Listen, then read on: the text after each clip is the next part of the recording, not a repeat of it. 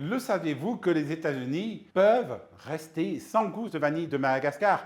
Donald Trump a tout simplement été mettre 47% de droits de douane sur les produits malgaches, notamment la vanille de Madagascar, les poivres de Madagascar et la cannelle. Il faut savoir que la vanille de Madagascar était avant vendue de qualité rouge, c'est-à-dire une qualité très très basse en termes de qualité de vanille, mais la vanille de Madagascar est vendue aux États-Unis via des revendeurs européens, ça c'est une petite partie, mais via des grossistes canadiens. Et les taxes entre le Canada et les États-Unis vont faire augmenter le prix de la vanille aux États-Unis de pratiquement 70% selon mes calculs.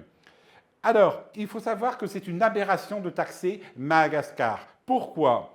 Coca-Cola, une grande entreprise américaine, domine le marché de la distribution de boissons gazeuses à Madagascar. C'est entre 70 et 80% du marché. Il faut savoir que la brasserie Star, qui est du concurrent américain Pepsi, il faut savoir qu'elle a à peu près 15% du restant, et après ce sont quelques petites entreprises malgaches, voire entreprises européennes. Il faut savoir que Coca-Cola est dans un monopole à Madagascar. Et ces droits de douane sont un scandale pour l'un des pays les plus pauvres au monde. Alors, que retenir des droits de douane? C'est que les droits de douane de Donald Trump sont illogiques et risquent aussi de faire baisser les prix de la vanille très fortement. Pourquoi? À cause d'une tension de surstock où les Américains vont aller chercher des stocks de vanille pour l'avoir au même prix si on déduit la taxe que Donald Trump a mis,